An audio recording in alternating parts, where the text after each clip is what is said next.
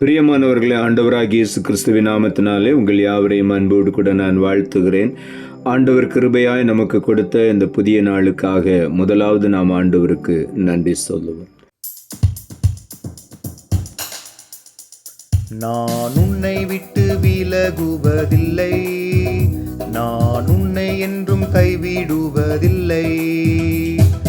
நான் உன்னை காண்கின்ற தேவன், கண்மணி போல் உன்னை காப்பேன். நான் உன்னை விட்டு விலகுவதில்லை, நான் உன்னை என்றும் கைவிடுவதில்லை. நீதியின் வலக்கரத்தாலே உன்னை தாங்குவேன் நான் அன்பினாலே. நீதியின் வலக்கரத்தாலே உன்னை தாங்குவேன் நான் அன்பினாலே.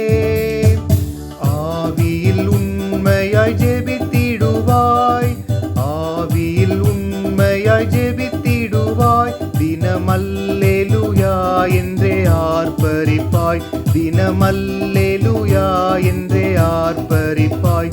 நான் உன்னை விட்டு விலகுவதில்லை, நான் உன்னை என்றும் கைவிடுவதில்லை.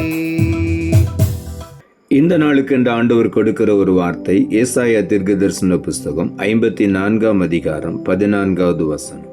ஏசாயா 54:14.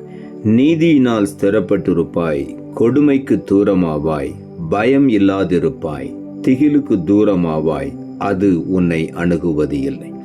இந்த காலை வேளையில் ஆண்டவர் நம் ஒவ்வொருவரையும் பார்த்து சொல்லுகிறார், நீ நீதியினால் ஸ்திரப்பட்டிருப்பாய். நாம் ஒவ்வொருவரும் தேவனுடைய நீதியினால் ஸ்திரப்பட்டிருக்கும் பொழுது கொடுமைக்கு ஆண்டவர் விலக்கி நம்மை பாதுகாத்து கொள்ளுகிறார். பயம் நம்மை அணுகுவது இல்லை, திகில் நம்மை நெருங்குவது இல்லை.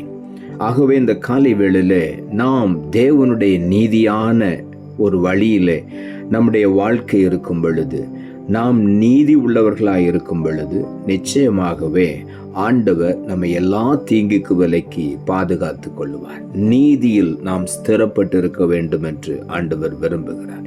தேவ நீதியிலே நாம் ஸ்திரப்பட்டு ஆண்டவருடைய நீதியிலே நாம் வளரும் பொழுது நிச்சயமாகவே எந்த தீங்கும் கொடுமையும் நம்மை அணுகுவது இல்லை.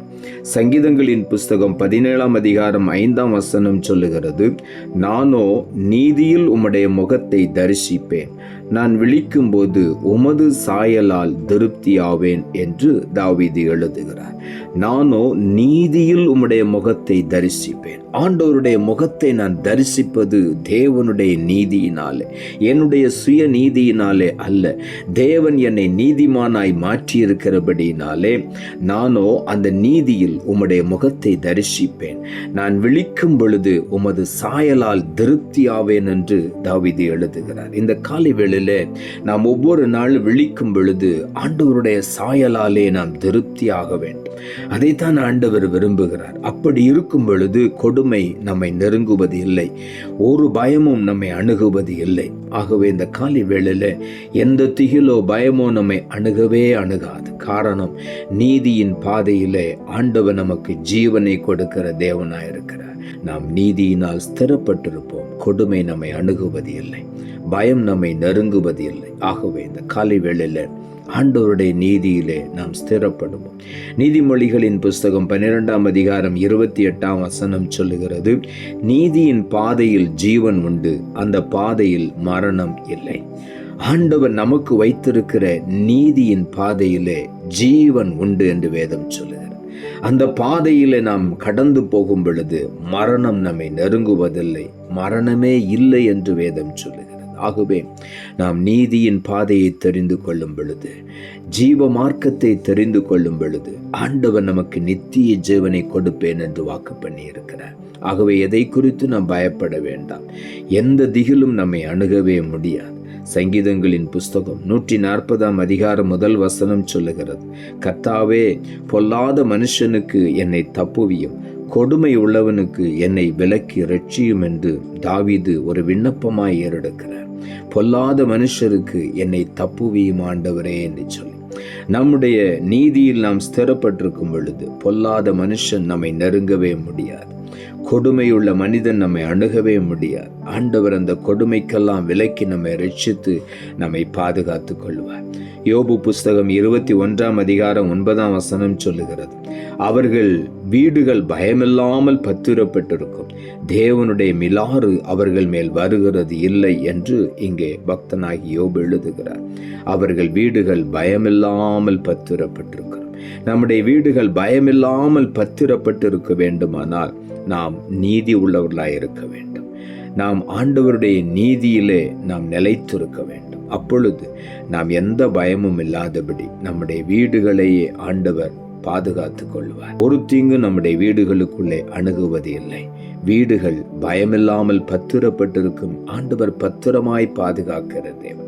சங்கீதங்களின் புஸ்தகம் 91:10 சொல்லுகிறது, ஆகையால் பொல்லாப்பு உனக்கு நேரிடாது, வாதை உன் கூடாரத்தை அணுகாது என்று தாவீது எழுதுகிறார். பொல்லாப்பு நமக்கு நேரிடாது, வாதை நம்முடைய கூடாரத்தை அணுகாது. காரணம், தேவ நீதியிலே நாம் ஸ்திரப்பட்டிருக்கிறபடியினாலே எதுவும் நம்மை அணுகாது. ஆண்டவர் பாதுகாத்துக் கொள்வார். ஆகவே உள்ளத்தின் ஆழத்திலிருந்து இந்த காலை வேளையில் ஆண்டவருக்கு நாம் நன்றி சொல்லுவோம். நாம் நீதி உள்ளவர்களாய் இருப்போம். நம்மை நீதிமான்களாய் மாற்றும்படியாக ஆண்டவர் நமக்காக கல்வாரியில் தம்முடைய இரத்தத்தை சிந்தினார். நாம் அதனாலே நீதிமான்கள் ஆக்கப்பட்டிருக்கிறோம். ஆகவே நாம் நீதியிலே ஸ்திரப்படுவோம். இன்னும் ஆண்டவர் நம்மை ஸ்திரப்படுத்தி பலப்படுத்தி எல்லா கொடுமைக்கும் பயத்துக்கும் தீங்குக்கும் விலக்கி நம்மை பாதுகாத்து அவர் தம்முடைய செட்டையின் மறைவுக்குள் மறைத்து கொள்ளுவார். பொல்லாப்பு நமக்கு நேரிடாது, வாதை நம்முடைய கூடாரத்தை அணுகவே முடியாது. காரணம், நீதியினால் நாம் ஸ்திரப்பட்டிருக்கிறோம். இந்த காலை வேளையில ஆகவே உள்ளத்தின் ஆழத்திலிருந்து ஆண்டவருக்கு நன்றி சொல்வோம். ஆண்டவர் தான் நமக்கு அந்த நீதியை கொடுத்தது. ஆகவே உள்ளத்தின் ஆழத்திலிருந்து ஆண்டவருக்கு நன்றி சொல்லுவோம். நாம் ஜெபிப்போம். அன்புள்ள ஆண்டவரை, கிருபையா நீர் கொடுத்த இந்த புதிய நாளுக்காய் மறுபடியும் எமக்கு நன்றி செலுத்துகிறோம். ஆண்டவர் கொடுத்த ஜீவனுள்ள வார்த்தைக்காக நன்றி. நீதியினால் ஸ்திரப்பட்டிருப்பாய், கொடுமைக்கு தூரமாவாய், பயமில்லாதிருப்பாய், திகிலுக்கு தூரமாவாய், அது உன்னை அணுகுவதில்லை என்ற வார்த்தையை கொடுத்து வசனத்தை கேட்டுக்கொண்டிருக்கிற ஒவ்வொருடைய வாழ்க்கையில் இதுவரையிலும் பலவிதமான பயத்தோடு பலவிதமான தீமையின் காரியங்களோடு கூட போராடி கொண்டிருக்கிற ஒவ்வொருவரும் இன்றைக்கு தேவனுடைய நீதியில் ஸ்திரப்பட்டு இருக்க நீர் உதவி செய்யும். கொடுமைக்கு தூரமாய் விலக்கி அவர்களை பாதுகாத்து, எந்த பயம் அணுகாதபடி பாதுகாத்து கொள்ளும், எந்த திகிலும் அவர்களை நெருங்காதபடி பாதுகாத்து ஒவ்வொருவரையும் செட்டை நிழலுக்குள் மறைத்து காத்துக்கொள்ளும். ஒரு பொல்லாப்பும் நேரிடாதபடி, ஒரு வாதையும் கூடாரத்தை அணுகாதபடி ஆண்டவரே ஒவ்வொருவரையும் செட்டை நிழலுக்குள் மறைத்து காத்துக்கொள்ளும். எல்லா துதி கன மகிமை உமக்கே செலுத்துகிறோம். இரட்சகர் இயேசுவின் நாமத்தில் ஜெபிக்கிறேன் நல்ல பிதாவே, ஆமென்.